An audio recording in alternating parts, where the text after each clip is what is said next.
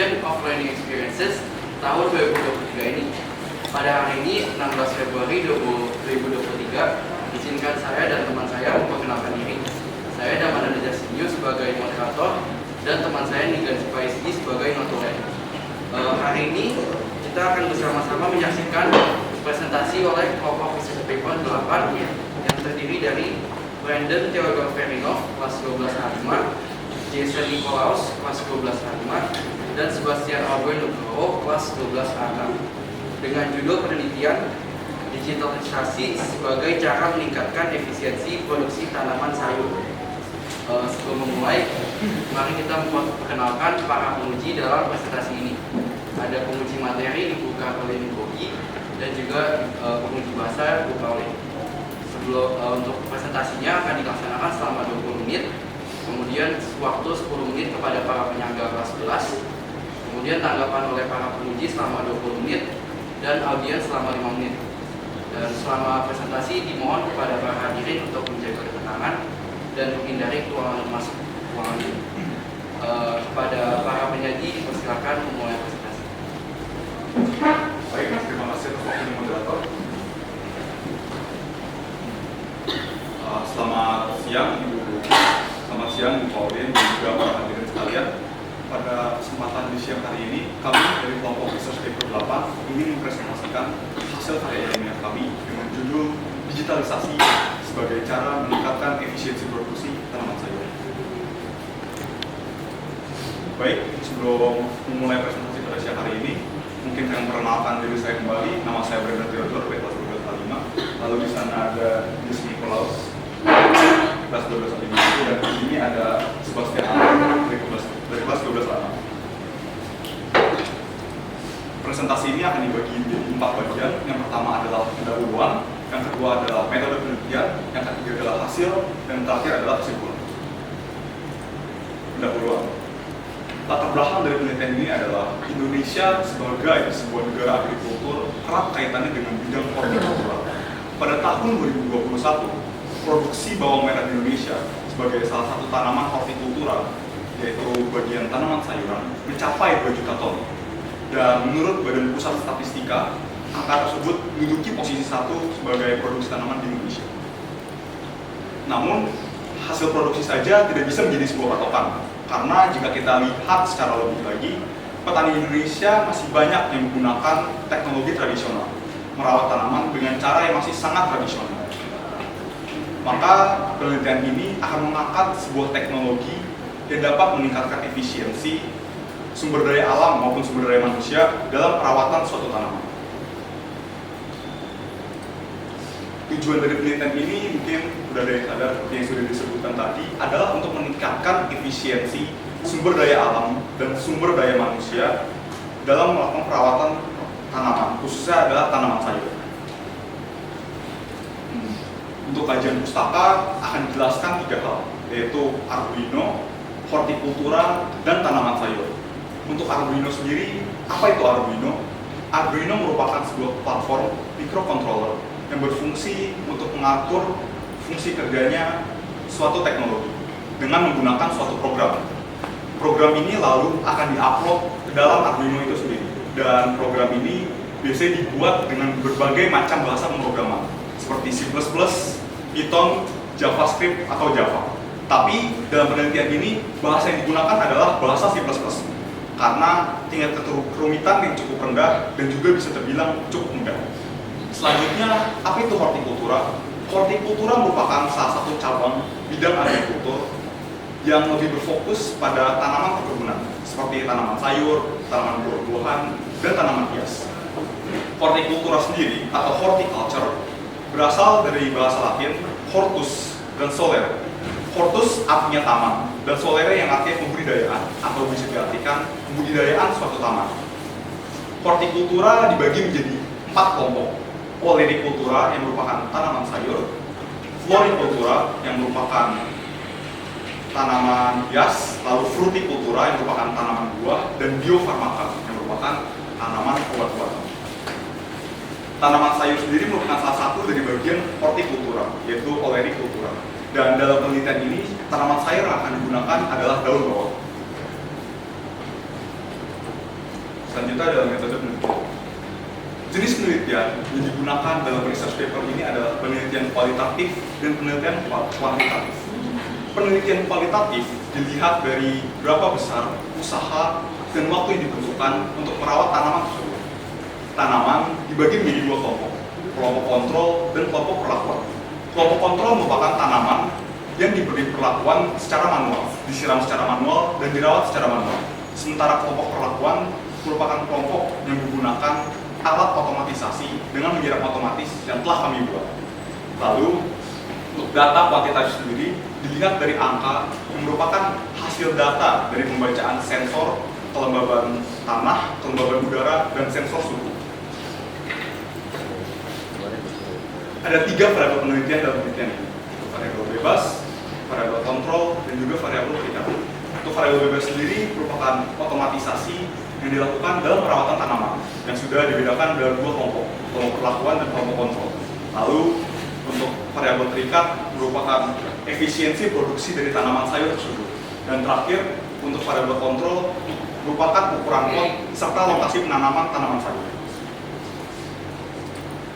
Hipotesis dari penelitian ini adalah dengan menggunakan alat otomatisasi yang sudah kami buat dapat meningkatkan efisiensi sumber daya alam maupun sumber daya manusia yang digunakan dalam pertanian, khususnya dalam penanaman tanaman sayur.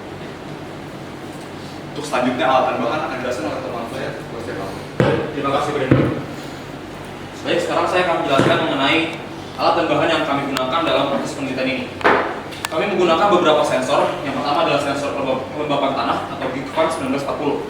Sensor kelembapan tanah ini akan kami gunakan untuk mengukur tingkat kelembapan tanah dari kedua pot yang kami gunakan sebagai media tanam. Lalu yang kedua adalah sensor suhu dan kelembapan udara BHT11. Nah, sensor suhu ini akan kami gunakan untuk mengukur besarnya suhu dan juga tingkat kelembapan udara yang ada di sekitar lokasi penanaman tanaman seperti ini.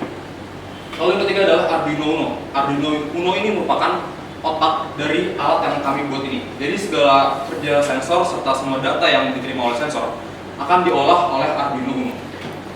Keempat adalah modul Wi-Fi ESP8266. Modul Wi-Fi ini akan kami gunakan untuk mengirimkan data hasil bagian sensor ke website yang sudah kami buat sebagai situs pengamatan. Lalu ada pompa air, sesuai dengan namanya akan kami gunakan untuk memompa air untuk menyiram tanaman kelompok perlakuan. Lalu ada SD card reader sebagai tempat untuk menyimpan data dari sensor. Selanjutnya adalah Arduino Uno Sensor Shield, di mana Arduino Uno Sensor Shield akan kami gunakan untuk mempermudah proses pemasangan sensor. Lalu ada power supply. Dikarenakan alat yang kami buat ini lokasinya jauh dari sumber listrik, maka kami membutuhkan sumber listrik lainnya. Oleh karena itu kami memutuskan untuk menggunakan power supply yang berupa power bank. Diumumkan bagi Lalu karena orang tua siswa yang membawa mobil Livina dengan plat B2362BIF agar memindahkan mobilnya dari tempat parkir direksi. Sekali lagi diumumkan bagi orang tua siswa yang membawa mobil Livina dengan nomor B2362BIF untuk segera memindahkan mobilnya yang terparkir di lokasi parkir direksi. Terima kasih. Baik, akan saya lanjutkan. Karena subjek penelitian kami ada menggunakan tanaman daun bawang, oleh karena itu kami membutuhkan bibit daun bawang yang akan kami tanamkan menggunakan kedua pot tanaman ini beserta media tanamnya. Selanjutnya adalah air beserta wadahnya yang akan kami gunakan untuk menyiram kedua tanaman ini. Wadah air akan kami gunakan untuk tempat penampung air untuk menyiram tanaman kelompok perlakuan. Lalu untuk mempermudah proses penanaman, kami juga menggunakan stok kecil serta sarutan latex sebagai alat bantu. Terakhir, kami juga menggunakan gelas ukur untuk mengukur besarnya volume air yang kami gunakan untuk menyiram tanaman kelompok kontrol. Baik, kita lanjutkan ke prosedur kerja. Jadi kami membagi prosedur kerja kami menjadi 4 bagian. Yang pertama adalah integrasi sensor serta modul. Pada proses ini kami memulai proses perakitan serta pembuatan alat. Kami juga melakukan proses coding. Dikarenakan proses yang cukup lama, kami akhirnya memutuskan sembari kami membuat alat, kami juga mulai menanam tanaman ini. Di sini kami mulai melakukan penanaman tanaman. Kami mulai menanam tanaman itu pada pertengahan Desember. Namun karena berbagai kendala, akhirnya kami gagal dalam melakukan penanaman sebanyak 2 kali. Kami baru bisa berhasil menanam tanaman pada bulan Januari.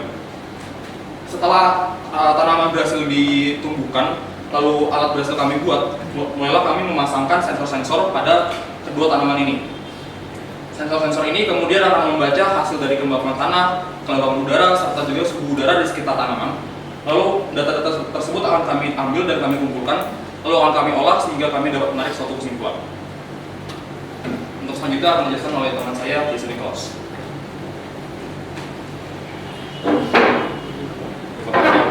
Saya akan menjelaskan mengenai proses perakitan Arduino menjadi alat yang seperti kita dapat lihat di depan sini. Pertama adalah terdapat sensor dua ini, yaitu sensor kelembapan tanah yang ada dalam gelas air ini, dan juga sensor kelembapan dan suhu udara. Ini akan semuanya dicolokkan ke pin analog di Arduino.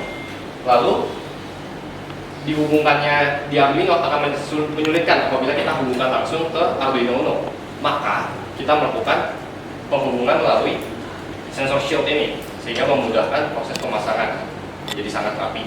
Lalu ada ESP8266 yang akan mentransmisikan data yang dibaca oleh sensor ke website yang sudah kami buat yang nanti akan kita lihat bareng-bareng. Lalu ada power supply. Power supply ini seperti yang ditunjukkan Abel, ada power bank yang akan memberikan energi kepada pompa dan juga Arduino. Nah, di sini ada pompanya. Pompa air membutuhkan 5 volt untuk digerakkan, dan Arduino tidak mampu untuk menggerakkan sendiri, maka menggunakan 5 volt relay. 5 volt relay ini berfungsi sebagai saklar. Jadi Arduino Uno akan memerintahkan 5 volt relay ini untuk mengalirkan arus listrik dari power bank ke pompa supaya pompa bisa bergerak. Selanjutnya saya kembalikan kepada Abed untuk menunjukkan website. Baik, terima kasih Jason. Baik, sekarang saya akan menjelaskan mengenai website yang sudah kami buat sebagai tempat untuk melakukan situs pengamatan. Sebelumnya, website yang sudah kami buat ini bisa diakses menggunakan link berikut ini: https://tinyurl.com/rpeh08, atau juga bisa diakses menggunakan QR code yang ada di sini. Baik, ini adalah website yang sudah kami buat sebagai situs untuk melakukan pengamatan. Di sini kita bisa melihat ada temperatur yang menampilkan temperatur suhu yang ada di ruangan ini. Lalu ada juga kelembapan udara yang menampilkan kelembapan udara yang ada di ruangan ini. Selanjutnya ada hasil bacaan dari sensor-sensor kelembapan tanah yang ada di sini. Di sini terlihat bahwa kelembapan tanahnya sekitar 98% dikarenakan kami langsung mencelupnya ke dalam air.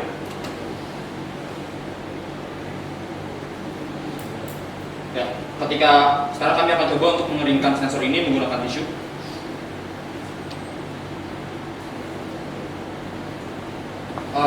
Dalam beberapa saat hasil bacaannya akan turun, dan jika sudah turun maka pompa akan mulai bekerja untuk menyiramkan tanah. Nah, sudah bekerja, pompa akan bekerja untuk menyiram air ke tanaman karena hasil bacaan kelembapan tanahnya itu sudah rendah. Ketika saya coba celupkan lagi, nah terlihat di sini 10% kelembapan karena tadi baru saja di lap.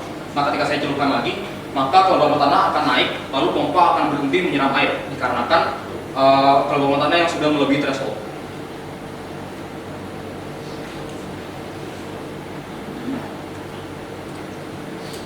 Nah, bisa dilihat pompa sudah berhenti karena hasil bacaan sudah melebihi angka threshold. Baik, untuk hasil penelitian akan dijelaskan oleh teman saya, Jason Nicholas.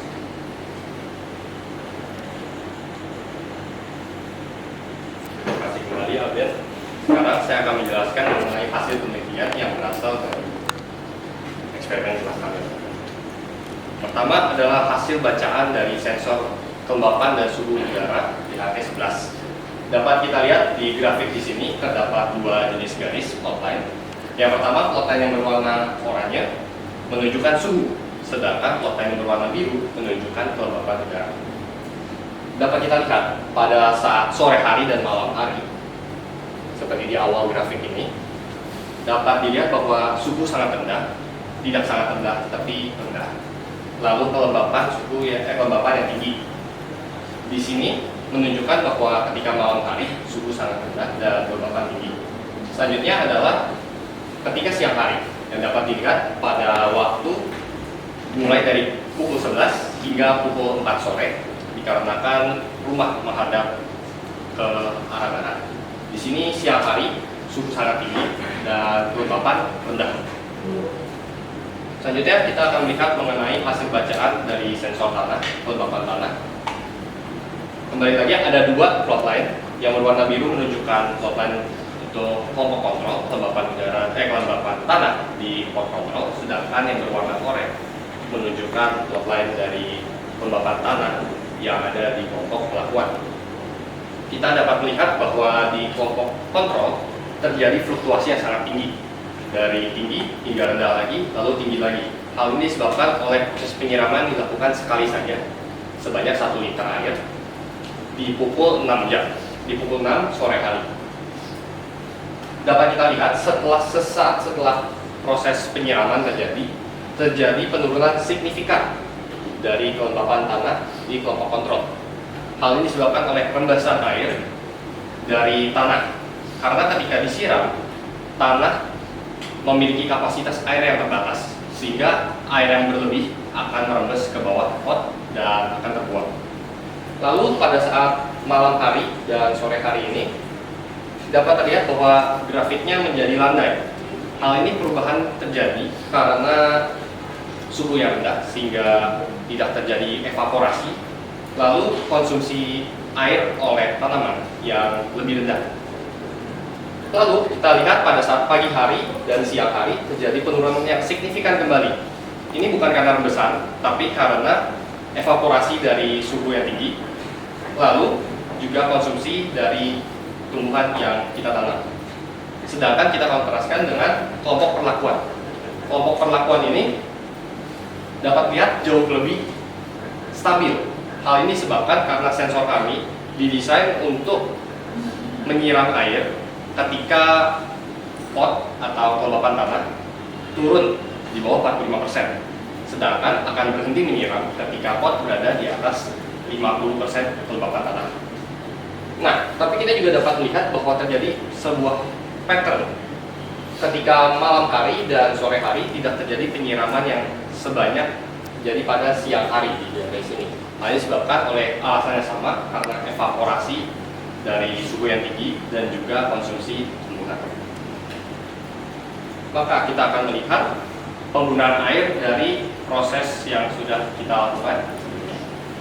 Untuk kelompok kontrol, kita menyiram setiap hari 1 liter air selama 7 hari. Jadi menghasilkan total air yang digunakan adalah 7 liter air.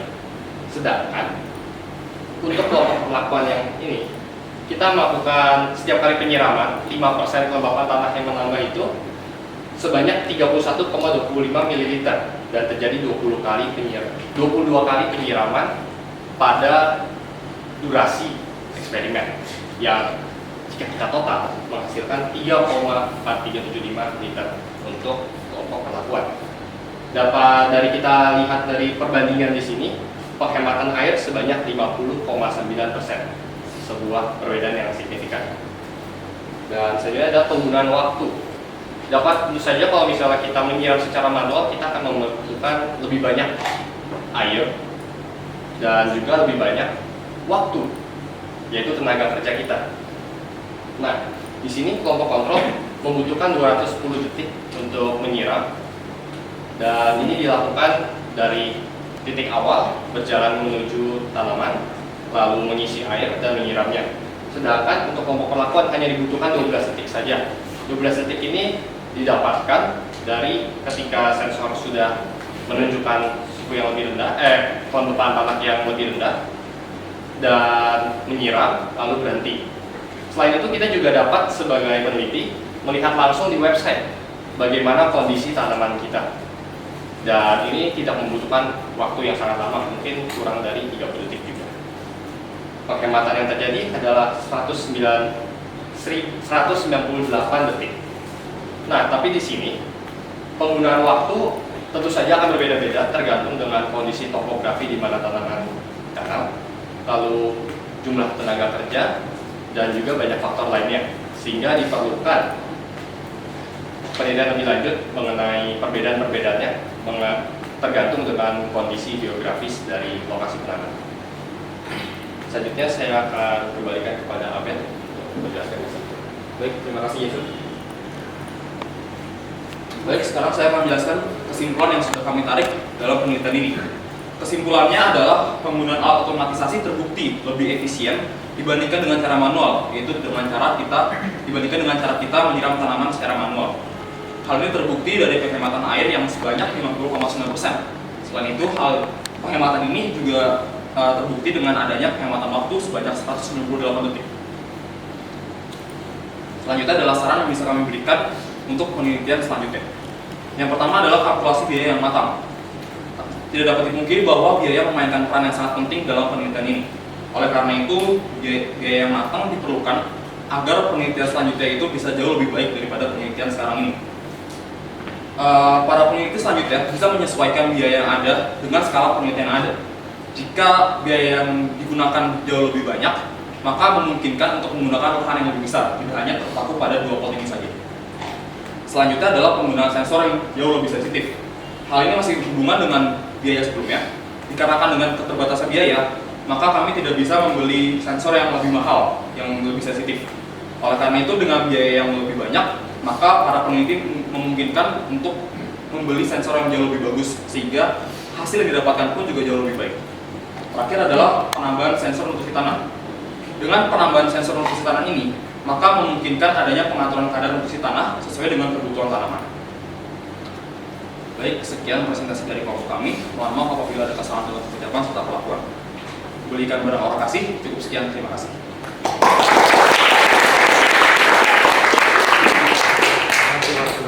Baik, terima kasih atas presentasinya kepada kelompok jadi.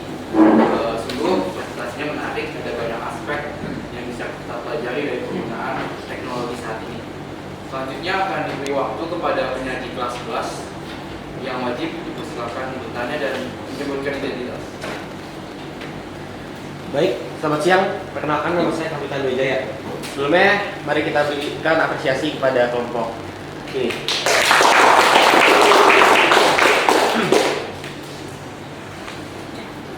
Berdasarkan jurnal kalian, saran yang kalian paparkan bahwa bila penelitian ini ingin dilanjutkan, maka perlu pengimplementasian biaya yang berskala besar dan juga penambahan sensor-sensor. Dalam dunia bisnis, tentunya pebisnis ingin mengambil untung lebih besar dengan modal lebih murah. Apakah penelitian ini bisa benar-benar efektif dipakai di Indonesia, khususnya untuk efektivitas biaya? Apakah perlu memperkerjakan SDM untuk operasional teknik digitalisasi? Jadi, menurut kalian mana yang lebih murah? Menyewa SDM untuk operasional atau teknik tradisional walaupun tidak seefektif teknik digitalisasi? Itu dari saya. Terima kasih.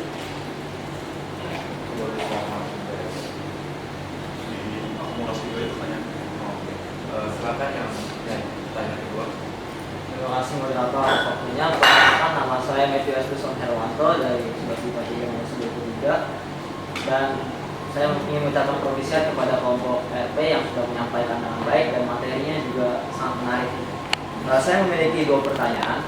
Yang pertama, selain efisiensi tenaga kerja dan air, apakah waktu tumbuh tanaman dipengaruhi oleh perlakuan digitalisasi kalian? Dan pertanyaan kedua, menurut kelompok mempertimbangkan harga dan hilangnya lapangan kerja, apakah digitalisasi ini worth it dengan dibandingkan dengan apa yang akan dikorbankan, yaitu lapangan kerja dan harga? Terima kasih.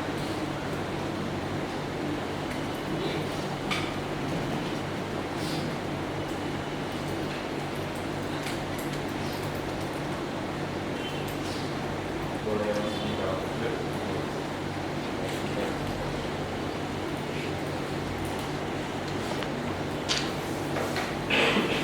Baik, saya ingin menjawab pertanyaan yang pertama tentang apakah bisa benar efektif jika menggunakan digitalisasi ini dibanding dengan cara tradisional. Kalau pertanyaan seperti itu, ya.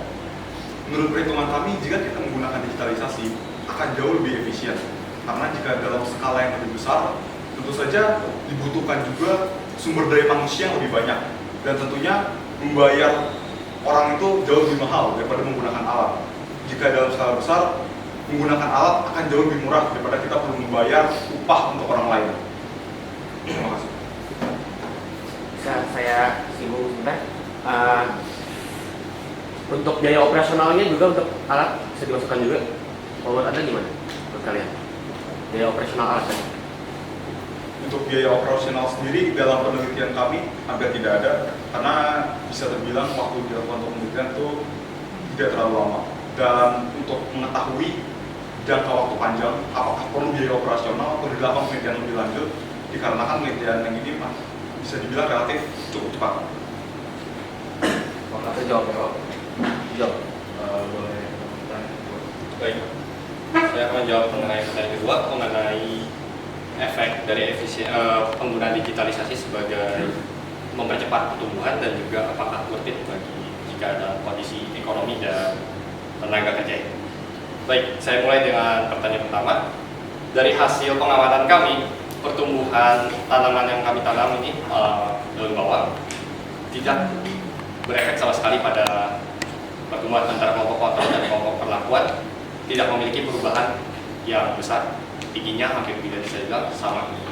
Lalu untuk mengenai secara ekonomis dan juga tenaga kerja, saat ini Indonesia semakin berkurang jumlah petani. Jadi menurut saya sangat menguntungkan bagi mereka yang mempunyai lahan untuk memperkerjakan ya teknologi digital ini, sebab zaman sekarang sangat sedikit ya orang muda yang ingin menjadi petani dan menjadi petani yang ya cuma menjadi petani buruh yang hanya bekerja kasar. Sekian jawaban saya. Ada salah jawab? Saya ingin menambahkan sedikit. Baik, jadi seperti yang tadi sudah dijelaskan, namun saya ingin menambahkan lebih lanjut lagi bahwa memang dengan menggunakan alat ini mungkin lowongan pekerjaan bagi para petani akan semakin sedikit. Namun dengan adanya penggunaan alat ini, maka lowongan pekerjaan bagi masyarakat modern, bagi para mungkin para engineering itu akan semakin banyak dan tentunya akan membuka lowongan kerja yang lebih banyak lagi bagi masyarakat. Terima kasih. Terima kasih atas jawabannya dari tim penyaji dan juga atas pertanyaannya oleh para penyaga. Selanjutnya masuk sesi tanya jawab kepada para penguji, dimulai dengan penguji materi yaitu Gugur. Silakan. Terima kasih Bapak Moderator. Terima kasih untuk Bapak Ibu orang tua karena sudah berkenan bela-belain hadir untuk menyaksikan presentasi dari putra-putranya. Terima kasih juga Kanisian yang di belakang meskipun wajib sudah bersedia meramaikan ya. Tadi saya senang banget, saya menguji dari hari pertama, baru ini kelompok penyaji yang pertanyaannya tuh bukan pertanyaan paksaan ya. Kelihatan banget pertanyaan paksaan gitu, yang ini tuh bahkan ini sebenarnya beberapa udah mengambil dari Kelvin maupun yang di belakang tadi udah mengambil beberapa pertanyaan saya sebenarnya ya. Terima kasih juga kelompok 8 ya, sudah menyajikan dengan baik. Memang kalau dipersiapkan dengan baik, latihan lebih dulu ya, yang pasti harus latihan ya. Latihan itu bukan cuma sekedar menghafalkan apa yang mau dibicarakan di depan, tapi latihan berhadapan dengan khalayak umum. Ini public speaking ya. Jadi memang harus dilatih nih adik-adik kelas 10 dan 11 kalau dipersiapkan diri dengan baik itu bukan cuma papernya tapi juga latihan untuk presentasi dan seterusnya. Nah, saya boleh diperlihatkan slide judul.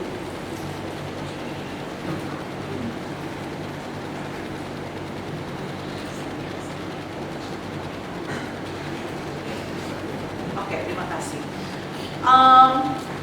Dalam penelitian biologi ada beberapa ya. Syarat yang pertama itu sebenarnya adalah bahwa ketika orang membaca judulnya aja, ini untuk adik-adik kelas 10 dan 11 ya.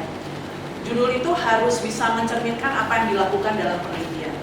Jadi orang nggak usah buka jurnalnya dulu, orang lihat judulnya dulu.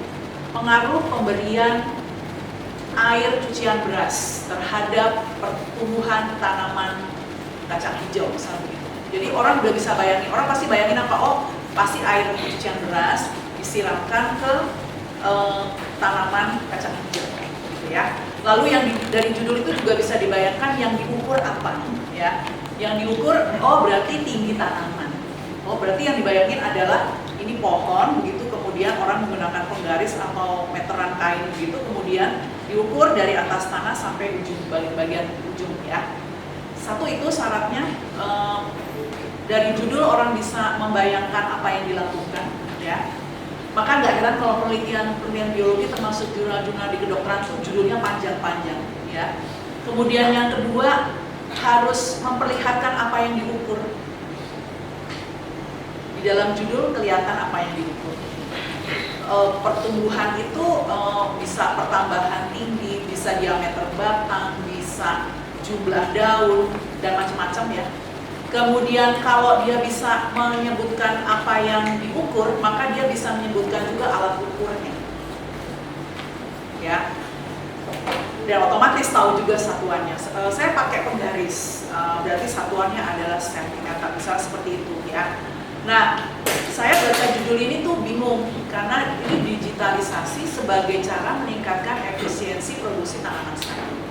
Judul ini tidak menunjukkan efisiensi yang diukur itu apa. Ini baru baca judul ya. Banyak kan efisiensi itu. Dan kalau efisiensi produksi tanaman sayur, maka kalau betul ya seperti itu judulnya, maka saya membayangkan diukur juga produksi tanaman sayurnya. Bisa tingginya, bisa panennya, waktu panennya, bisa produknya, misalnya kalau tanaman cabai misalnya jumlah buahnya bisa, kapan dia mulai berbunga juga bisa ya. Tapi itu harus disebut berpengaruh terhadap munculnya bunga pada tanaman cabai. Itu harus ditulis di dalam judul ya. Nah, ini efisiensi produksi tanaman sayur. Nggak jelas efisiensi yang mana, karena kamu nggak mungkin mengukur semua. Dari karakter pertumbuhan itu atau karakter produksi itu, keberhasilan produksi, orang nggak mungkin mengukur semuanya. Orang pasti di penelitian yang level tinggi sekalipun dia hanya akan ukur salah satu aja. Bisa berat basah, bisa berat kering, ada macam-macam ya. Nah, kemudian tanaman sayur. Tanaman sayur itu macam-macam. Kalau penelitian biologi ini harus dirombak banget judulnya nih. Kamu pakai tanaman apa di dalam? Nah, maka itu harus ditulis. Tanaman daun bawang. Lalu tulis nama ilmiahnya apa dan seterusnya. Karena kalau begini, makanya dibayangkan kamu menanam begitu banyak tanaman sayur, bayam, kangkung, pokcoy, dan lain-lain, lalu diuji cobakan dengan cara yang sama. Itu ya. Jadi saya rasa nanti omongin lagi dengan pembimbingnya, judulnya ini harus dirombak. Kalau kamu melakukannya seperti ini ya. Saya jujur nggak punya ide untuk judulnya, tetapi nggak memenuhi syarat untuk judul ini tidak memenuhi syarat atau tidak sinkron dengan penelitian yang kalian lakukan. Seperti yang tadi saya bilang ya, satu judul harus mencerminkan apa yang dilakukan, kedua harus jelas apa yang diukur, ya.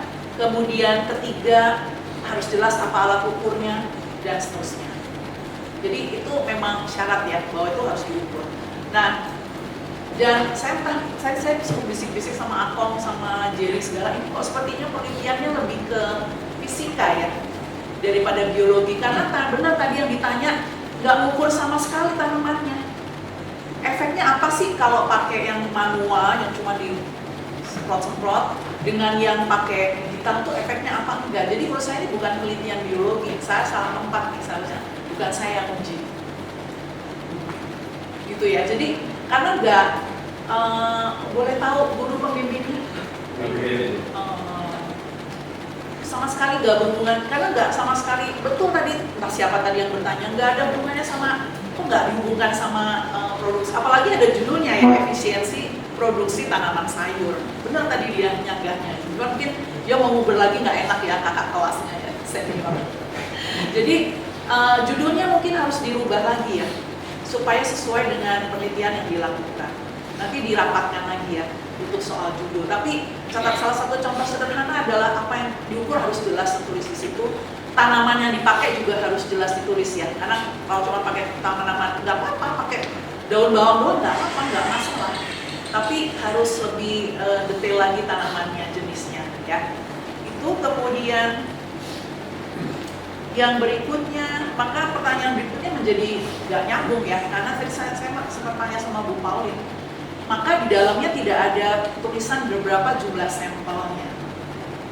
Kalau di penelitian biologi itu, apalagi jelas perlakuannya terhadap tanaman, kita harus pakai rumus Federer. Pernah dengar? Ya. Tahu rumusnya? Kalau cuma dua ini, cuma dua perlakuan, saya rasa jenis tanamannya harus lebih banyak ya. Kalau nanti kan dalam kurung P-1, kurung tutup N-1 lebih besar sama dengan 15 ya.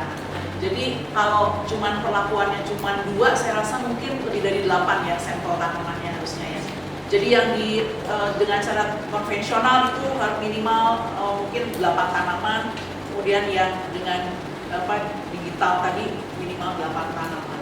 Nah, saya rasa di dalam jurnal tidak disebut ya soal jumlah sampel. Ya, tuh. Nah, kalau penelitian fisika saya nggak tahu ya, kalau dalam rangka bikin alat itu nggak diperlukan, itu nggak tahu saya jujur aja. Tapi kalau biologi memang itu harus termasuk makhluk hidupnya harus diukur gitu ya. Kemudian jadi penelitian ini sama sekali tidak dihubungkan dengan kondisi tanaman, tadi sudah ditanya. Lalu kalau maka yang berikutnya lagi ya, kalau dilakukan adik-adik kelas 11, kalau judul sudah fix, sudah memenuhi syarat, itu sangat membantu menulis kajian pustaka. Ya, kalau orang misalnya judul beritanya pengaruh pemberian air cucian beras terhadap munculnya bunga pada tanaman cabai rawit, misalnya begitu ya, maka orang hanya cukup yang di kajian pustaka dia hanya cukup menulis tentang tanaman cabai rawit, tentang air cucian beras, lalu indikator pertumbuhan, selesai. Kalau judulnya udah fix ya. Nah, maka di sini di pendahuluan di kajian pustaka, karena yang agak lucunya kalian hanya menulis tanaman sayur, tapi di dalam itu kalau pakai tanaman bawang maka tulis aja tanaman bawang dan hanya nulis tanaman bawang aja, nggak perlu menulis tanaman sayur yang lain. Jadi dari linear ya, dari judul sampai ke hipotesa, sampai kajian pustaka, sampai ke metode, sampai nanti kesimpulan dan saran. Nah, tadi ada wifi itu untuk apa ya, boleh tahu nggak? Jadi modul wifi akan kami gunakan untuk mengkoneksi Arduino ini ke website yang sudah kami buat. Lalu data dari sensor akan kami kirimkan ke website tersebut. Jadi lebih terhubung ke website aja ya, untuk pencatatan aja ya. Aslinya kalau di lapangan itu nggak diperlukan ya. Kalau ini misalnya saya punya kebun sayur 1 hektar, kemudian pakai alatmu ini, wifi nggak diperlukan sebenarnya. Sebenarnya nggak wajib, cuman untuk mempermudah proses pengamatan saja. Oh, jadi hubungannya dengan lebih kepada penelitian kalian ya. Iya. Nah, pertanyaan saya kayaknya 2 aja. 1, tanaman sayur itu memang kalau di Indonesia paling bagus itu tumbuhnya tuh memang di dataran tinggi ya, yang kelembapannya itu memang tinggi. Jadi kalau mereka itu gak terlalu bergantung juga pada bahwa dia harus kelembapan tertentu dari tanah dan seterusnya. Kelembapan itu dipelihara oleh alam. Ya, dan maka kalau di tempat yang seperti ini, apakah menurut kalian alat ini benar-benar perlu atau enggak? Ya. Terus pertanyaan yang berikutnya, apa sih kelemahan dari alat ini kalau digunakan di Indonesia? Menurut kalian, apa kelemahan penggunaan alat ini kalau diterapkan di pertanian sayur di Indonesia? Benar seperti yang tadi ditanya ya, seimbang nggak ya sama sebanding nggak ya sama hasilnya? Kalian kelompok angkatan yang nggak sempat ngerasain lifting ya? Ya kalau dulu itu terakhir itu lifting di tempatnya sayur itu di Ngablak tahun 2016 kalau nggak salah. Brokoli 1 keranjang besar, rasa-rasanya lebih dari 20 kilo. Itu 1 kilo hanya dihargai sekitar 2.000 rupiah. 1 kilo hanya dihargai sekitar 2.000 rupiah. Nah, menurut kalian ini membantu nggak ya alat ini? Maksud saya biaya yang benar, maka tadi tanya biayanya. Karena memang berhubungan dengan, kalau orang saya kan buat dijual ya.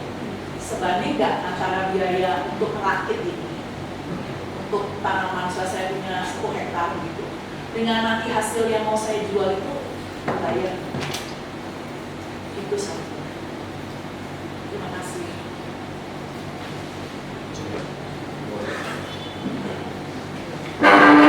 Sekarang saya akan menjawab pertanyaan yang pertama. Jadi menurut kami ini alat ini tetap perlu untuk dibuat dan mungkin bisa diperjualbelikan untuk kedepannya. Karena dengan adanya alat ini maka bisa mempermudah proses penanaman dan juga proses perawatan. Lalu jika mengenai sensor-sensor kelembapan itu mungkin bisa kedepannya bisa ditambahkan sensor-sensor lainnya yang juga bisa membantu proses perawatan seperti tadi disebutkan di saran bahwa bisa menambahkan sensor nutrisi tanah. Selain itu dengan harganya ya Bu tadi, harga yang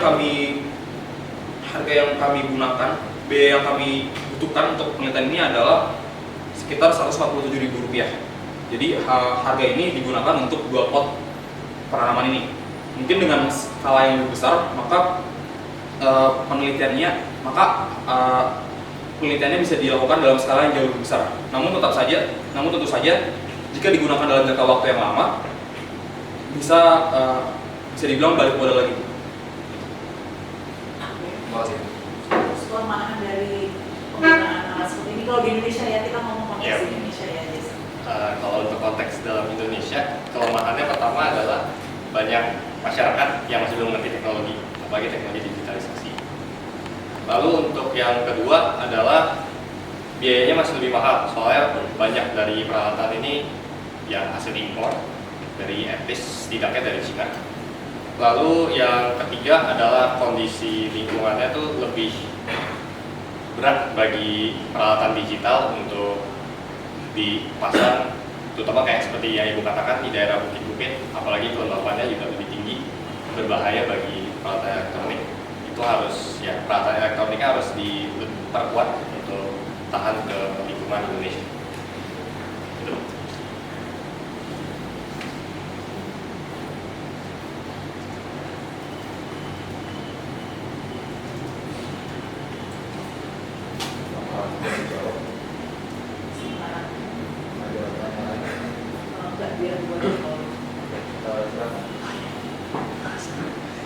Terima kasih moderator, teman-teman Aben, JM, CT, selamat ya kalian sudah menyelesaikan penelitian dengan baik. Bahkan Ibu sebagai orang awam ketika mendengar presentasi kalian, Ibu paham, oh kalian ngapain sih gitu ya. Jadi terima kasih kalian tidak tergesa-gesa, kalian mampu menyajikan dengan baik. Kalau misalkan ada keliruan atau kekurangan di sana sini, tidak apa-apa ya. Kalau menurut Ibu wajar, kalian masih SMA, masih bisa memperbaiki. Oke. Dari sisi bahasa, Ibu ingin kalian melihat bagian abstrak.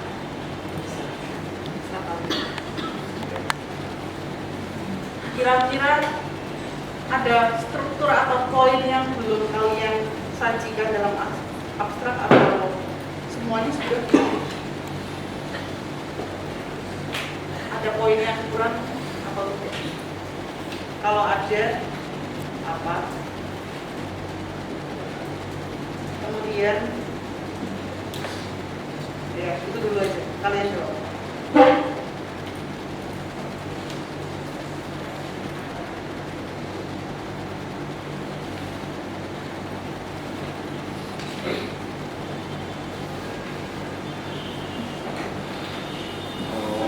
Menurut saya, kami abstraknya masih kurang itu mungkin mengenai Arduino-nya sendiri dan sensor-sensor yang digunakan dalam penelitian ini.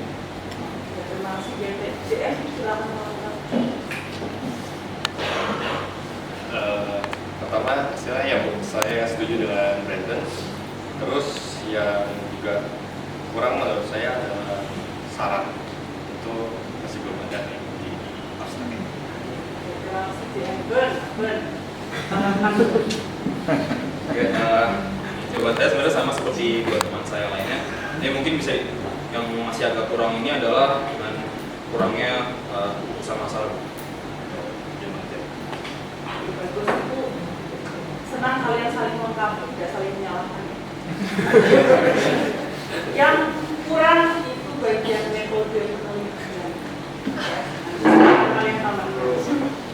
Oke.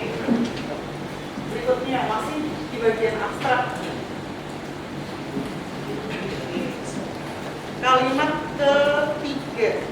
Dalam penelitian ini akan dijelaskan penggunaan teknologi digital untuk perawatan tanaman agar lebih efisien sumber daya alam dan manusia. Mengapa kalimat itu begitu? Bagaimana cara kalian memperbaiki? Kalimat yang ketiga.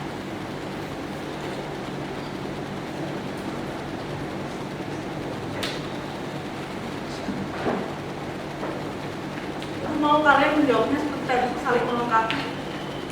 Tidak ada yang salah. Kalian juga.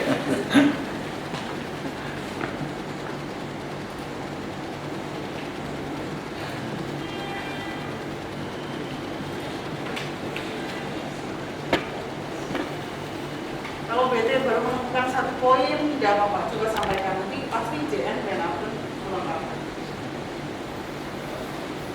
Kalau dari saya sendiri, mungkin suatu kalimatnya kurang efektif karena banyak kata-kata sebetulnya yang tidak perlu ditambahkan di situ karena memang sedikit agak mencap.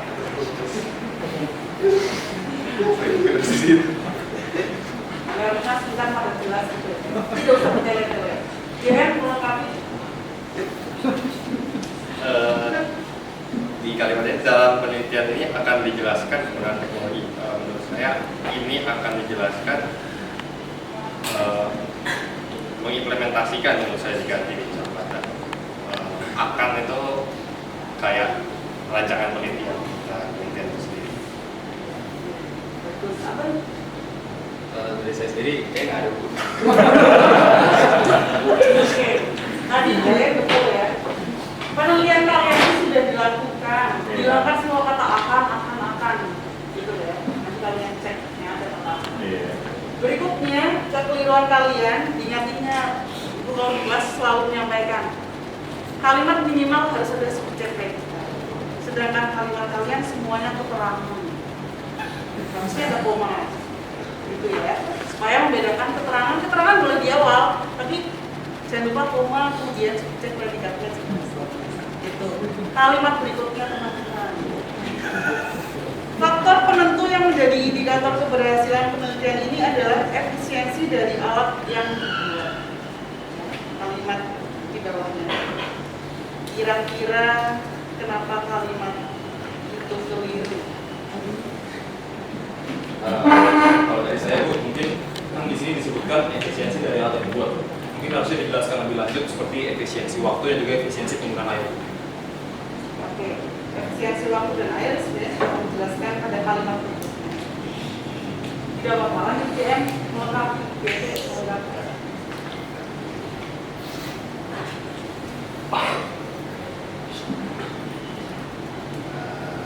Kalau mau memperbaiki kalimat itu,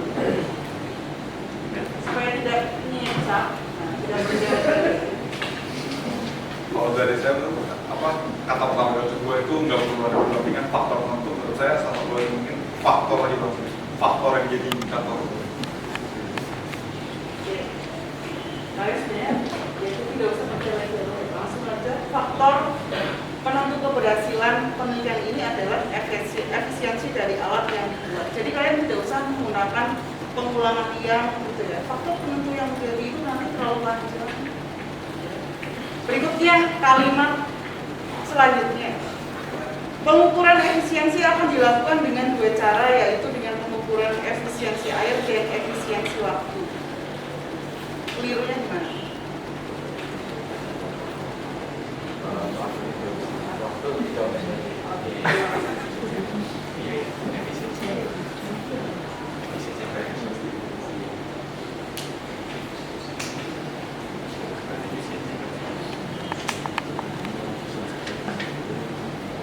Kesalahan pertama pasti penggunaan kata akan ya. Masih apa?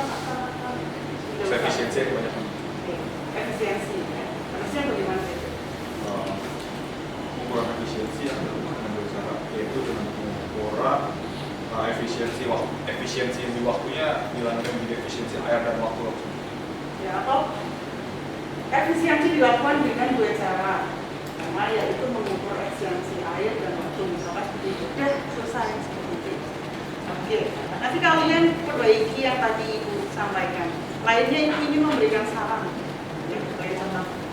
Perbaiki penulisan daftar pustaka. Daftar pustaka kalian masih kurang tepat. Ibu paham itu pasti H-1 ya. Hamin berapa jam sebelumnya. Kemudian perbaiki penulisan huruf kapital ya. Masih ada yang keliru. Tanda baca, koma, apalagi yang utama koma itu banyak yang keliru. Berikutnya, jika maka itu bukan konjungsi korelatif.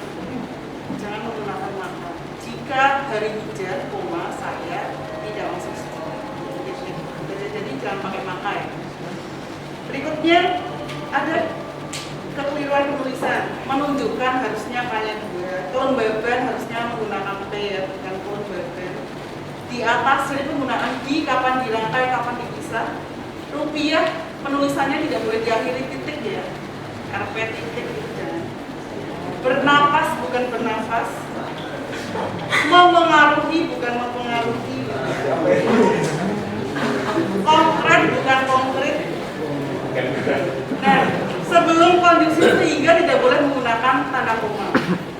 Jangan mengawali kalimat dengan konjungsi sedangkan, karena sedangkan bukan konjungsi antar kalimat. Gambar, penulisan gambar 5 titik dengan judulnya. Gitu ya.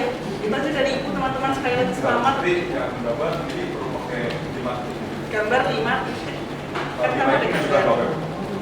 5 itu menunjukkan gambar. Enggak, misalkan ini contoh aja. Gambar 5 titik, pot yang apa misalkan. Gitu ya. Itu dari Ibu, terima kasih. Ibu sangat senang dapat memahami presentasi kalian dengan baik. Ibu kembalikan waktunya ke Baik, terima kasih Bu Bobi dan Bu Alin atas kritik sarannya. Selanjutnya diberi waktu kepada audiens untuk menyampaikan pertanyaan atau juga kepada orang tua untuk memberi kesan-pesannya. Boleh silakan sebutkan identitas. Saya Bu. Oh, kamu? Orang tua atau audiens?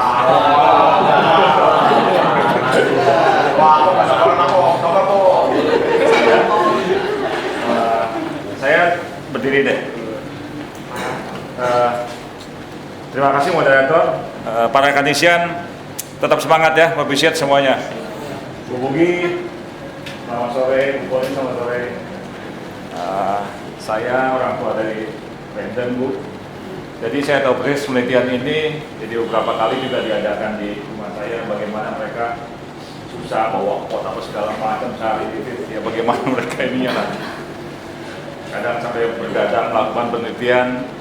Saya tadi sangat terkesan dengan pertanyaan-pertanyaan dari kanisian yang sangat, menurut saya sangat tajam lah untuk level ini lah, untuk level SMA lah. Juga pertanyaan yang Ibu lontarkan pertama hampir persis yang ingin saya tanyakan.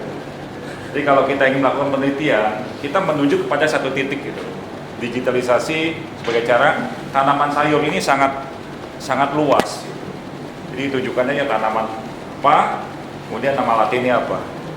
That's all, titik udah selesai gitu. Jadi semakin tajam ke arah situ.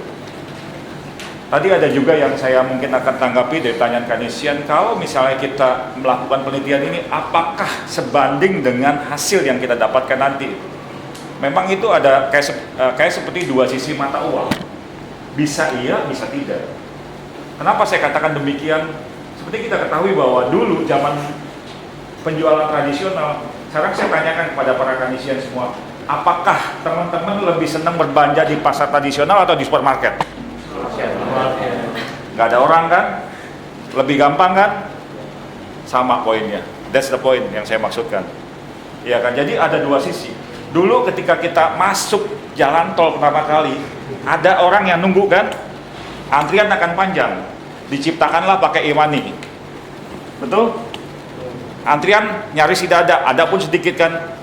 Kecuali sopir-sopir tertentu yang e-money-nya kurang saldo kan? Itu akan berimbas panjang. Jadi ada dua sisi memang, ada pro kontra-nya, ada itu sisi positif dan ada sisi negatif. Ya, jadi itulah kenapa mungkin penelitian itu ada yang positif, ada sisi negatif. Tinggal kita melihatnya dari sisi mana.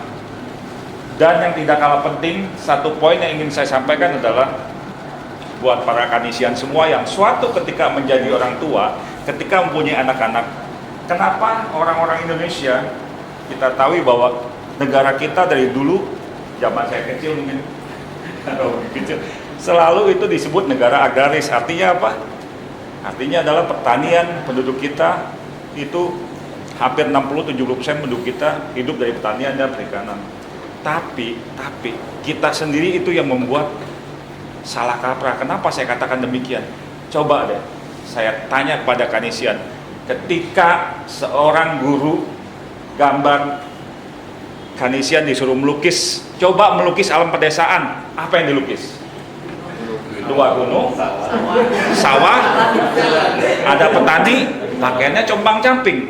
Itu mendoktrin anak-anak kita tidak mau jadi petani, karena kalian sendiri, kita sendiri yang salah menggambarkan sosok petani itu compang-camping selalu. Betul? Itu mendoktrin. Alam bawah sadar mengatakan, ngapain jadi petani? Hidup di negara agraris yang harusnya memang punya kekayaan alam yang sangat luar biasa, diakui di dunia ini, Indonesia.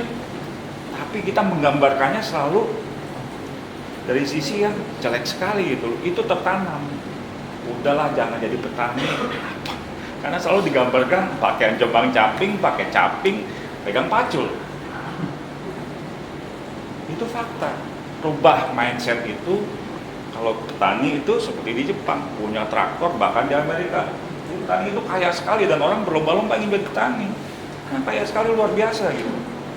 Ya, jadi pesan saya itu, terima kasih moderator, terima kasih Ibu semuanya. Selamat untuk para peserta. Terima kasih.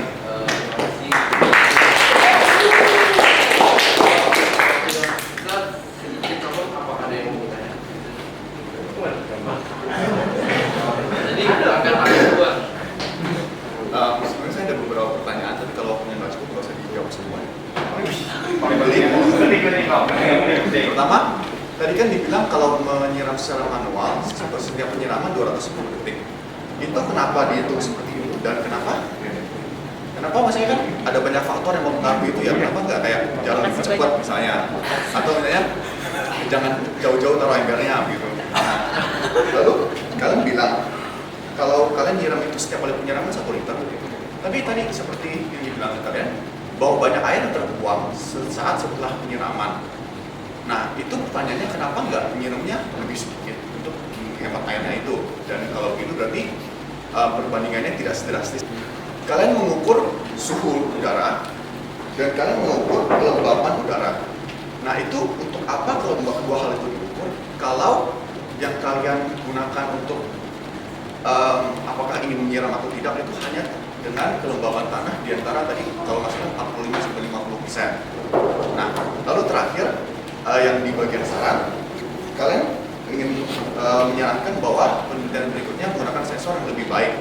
Dan sebenarnya saya ingin bertanya tentang lebih baiknya itu seperti apa, karena apakah ada suatu hal yang tidak bisa dilakukan oleh sensor ini, kualitasnya rendah, atau misalnya dengan diukurnya lebih lain, apakah bisa membuat penyiraman efektif gitu?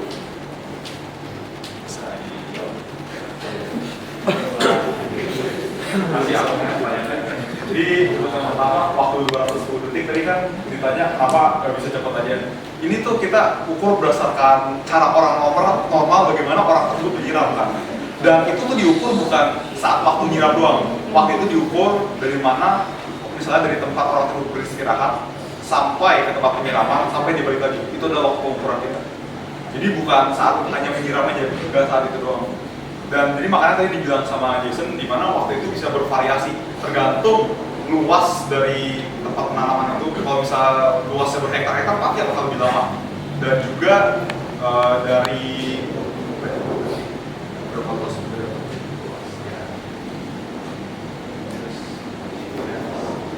Kondisi geografis, kalau misalnya tempatnya luas dan medannya cukup susah, tentu saja waktunya akan lebih lama.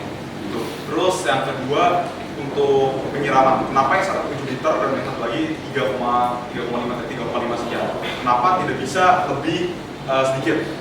secara logika, secara normal, kita kalau misalnya nyiram, itu nggak pernah dilihatin nyiramnya sampai, oh ini segini cukup, nggak, kita nyiram sampai kelihatan basah, kita nggak pernah ukur kita tuh nyiram berapa mili, itu nggak ada.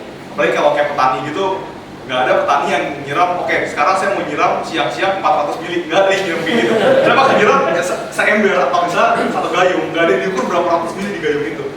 Dan itu juga dilakukan oleh kami, jadi kita ukur kira-kira kalau nyiram kurang lebih segimana, dan ukurannya itu 7 liter hasil.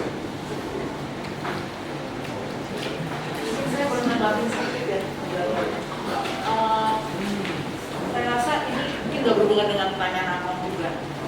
Digitalisasi ini kayaknya hanya bisa kalau pertaniannya itu di dalam rumah kaca ya. Kalau rumah kaca kan ya.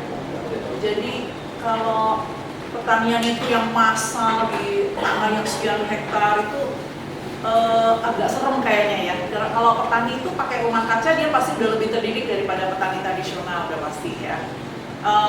Dan kadang-kadang bahkan tanaman yang mereka tanam itu adalah hasil dari perbanyakannya buatan gitu loh ya.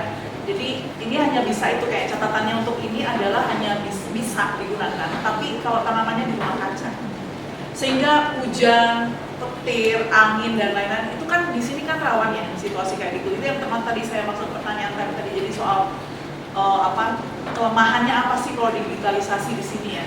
Nah kelemahannya memang betul yang tadi disebut cuaca. Jadi kayaknya mungkin disarankan di dalam saran pertanian ini dengan alat digital ini, pertanian dengan cara digital itu sebaiknya dilakukan di pertanian di dalam rumah kaca. Rumah kaca nggak selalu berarti kayak laboratorium ya. Dia cuma dirancang supaya sinar matahari tetap bisa masuk tapi hujan nggak bisa kena, misalnya seperti itu. Itu kalau boleh menambahkan di sana, mau tadi nambahin. Tadi saya menanggapi pertanyaan argumentatif tadi mengenai sensor.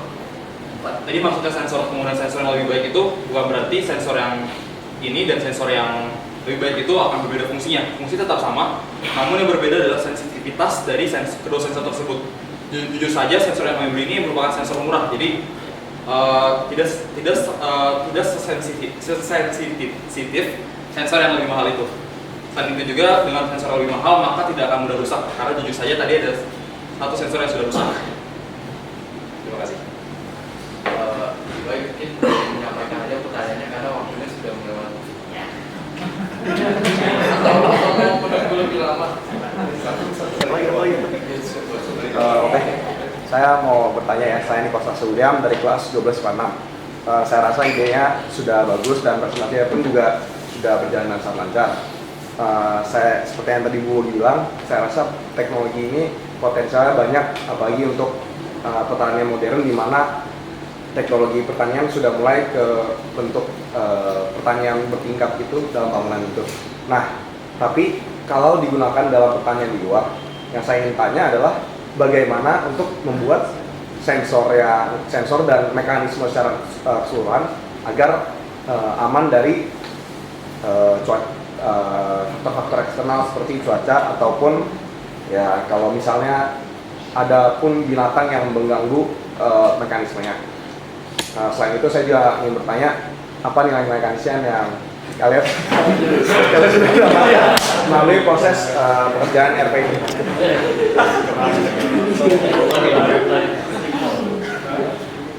Baik, terima kasih Russell. Saya akan menjawab pertanyaan Russell sekaligus menanggapi dari saran dari Bu Bogi. Pertama untuk teknologinya digunakan di daerah luar. Nah, di sini nih saya tunjukin nih, bentar. Ini sensor yang satu ini sebenarnya mati.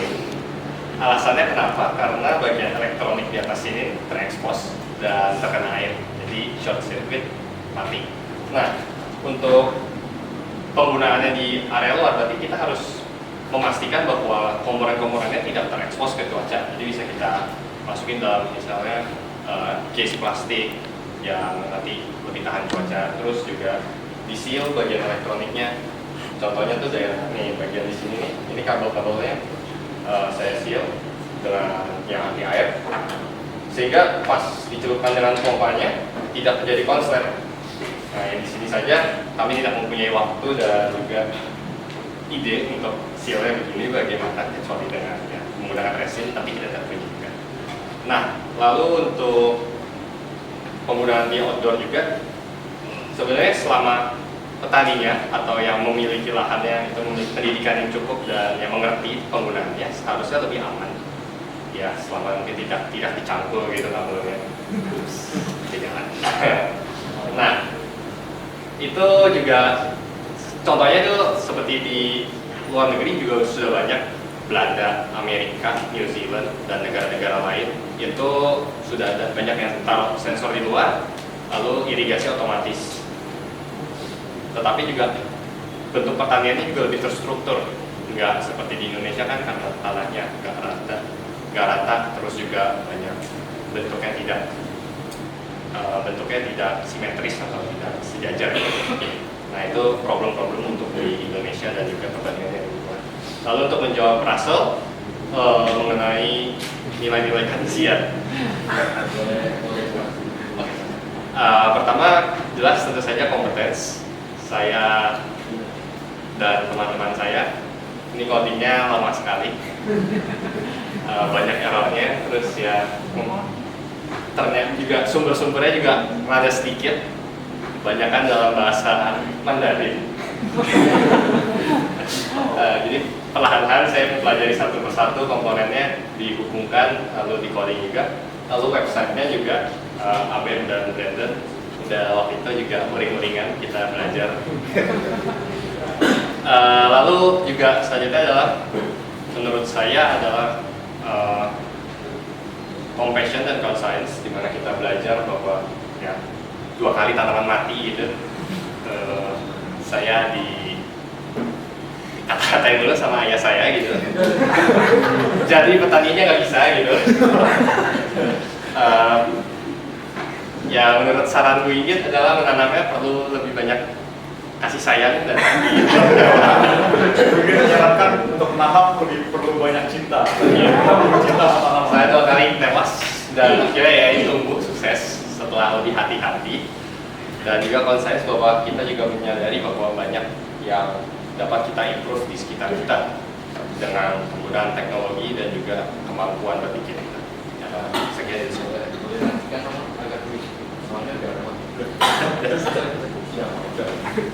Baik, mohon maaf jadinya terlambat. Sekarang tibalah di penghujung acara. Mari beri tepuk tangan sekali lagi.